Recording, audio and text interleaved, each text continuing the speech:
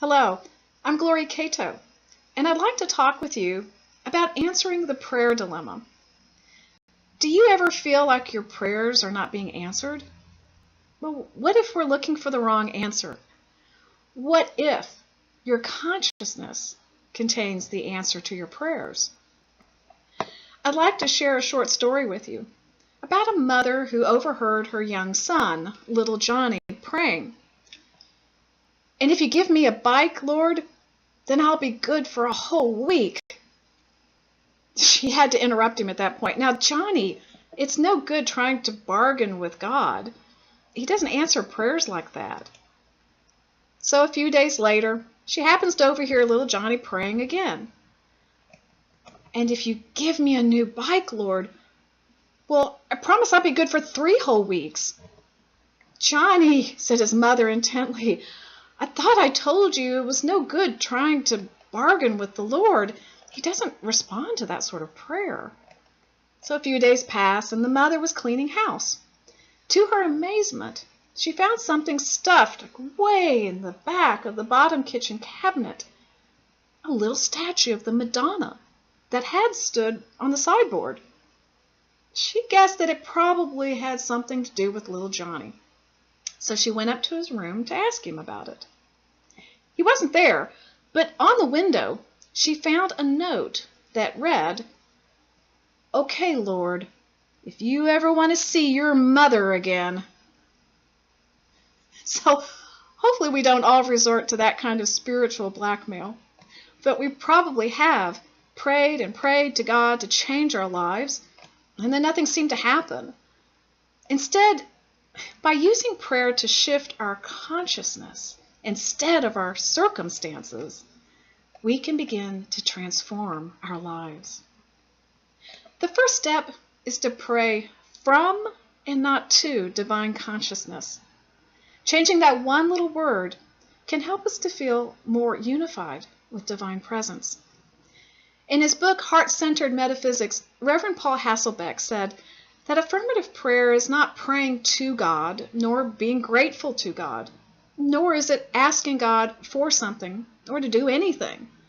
Affirmative prayer is praying from the consciousness of divine mind, knowing, realizing, claiming, and declaring what is already true.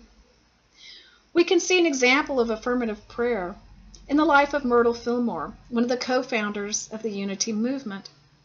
She learned to pray from the truth of her divine identity, that she was a child of God, and therefore already whole. 2 years of praying from a higher consciousness eventually manifested in the complete reversal of her tuberculosis. Myrtle discovered that your consciousness contains the answer to your prayers. As we begin to pray from and not to divine mind, we realize a new level of consciousness, a consciousness of being through our prayer. In the Garden of Gethsemane, Jesus prayed about the events that were about to transpire in his life. We see in Mark chapter 14, verse 35, that Jesus prayed, "Abba, Father, for you all things are possible. Remove this cup from me, yet not what I want, but what you want." We see in the metaphysical definition of Gethsemane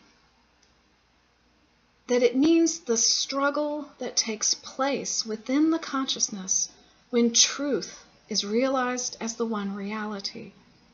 And that's from the Metaphysical Bible Dictionary. Jesus was showing us the human side of him, that he didn't want to go through these circumstances, but that he was willing to lift to a higher consciousness so divine will could pour through him and eventually change the world. In her book, How to Pray Without Talking to God, Reverend Linda Martella Whitsett said that we are the answer to our prayers as we realize prayer is not a plea for a particular outcome, but a calling upon ourselves to realize what we are to be in a circumstance.